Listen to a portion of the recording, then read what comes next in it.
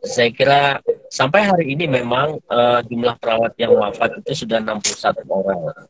61. Kalau dokter saya dengar kemarin sudah 80 ya, ya deketan ya kalau tidak salah Ya, 80 ya, ya. dari ID kemarin. Ya. Ya, ini kemarin kita sudah 61 ini. Apa namanya? Ini memang sangat memprihatinkan, mengkhawatirkan sekali memang. Nah, dalam pandemi ini saya melihat ada beberapa pernyataan WHO memang salah satunya adalah bagaimana safety dan perlindungan dari tenaga kesehatan ini menjadi sesuatu yang utama juga yang harus kita pikirkan bukan hanya oleh instansi tapi oleh semua ya, termasuk oleh pribadi perawat itu sendiri juga ya, dan juga fasilitas pelayanan kesehatan dan tentu pemerintah. Nah, hal ini terjadi memang kalau saya lihat memang kita belum selesai pada pandemi. Kita belum tahu puncaknya kapan ini.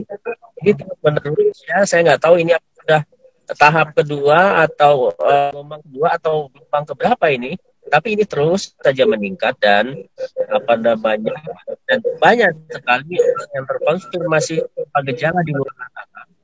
Ini juga menyebabkan satu faktor yang bisa saja meningkatkan apa namanya paparan terhadap tenaga kesehatan selain berada di rumah sakit yang dengan jumlah virus yang banyak gitu ya, karena orang terpapar itu karena satu keganasan virusnya, yang kedua jumlahnya yang banyak dan terus menerus itu orang akan bisa terpapar juga begitu.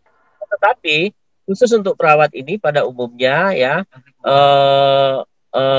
juga ada potensi-potensi misalnya di transportasi ya, di transportasi karena mereka pada umumnya menggunakan transportasi umum. Yang mana di transportasi umum hari ini pun kita juga belum melihat bagaimana protokol kesehatan itu dilakukan dengan seksama dan didisiplin oleh semua orang gitu. Sehingga ini juga dampak kepada kita juga semua. Artinya bukan hanya di rumah sakit, kalau di rumah sakit ya sudah jelas ya kan, tetapi di lingkungan, di transportasi itu juga menjadi kekhawatiran kita karena banyaknya orang tanpa terkonfirmasi tanpa gejala ini menyebabkan juga apa namanya satu potensi yang akan menyebabkan paparan terhadap tenaga kesehatan pada umumnya kan begitu.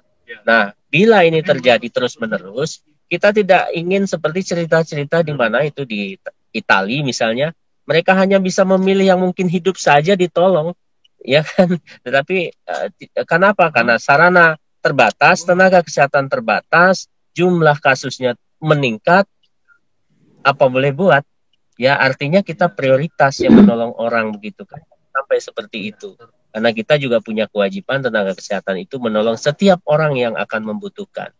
Tapi dengan tentu sesuai dengan kemampuan dan sarana-sarana dan prasarana yang ada termasuk standar-standar di dalam melaksanakannya. Saya kira itu, ya. Terima kasih sudah nonton. Jangan lupa like, subscribe, dan share ya.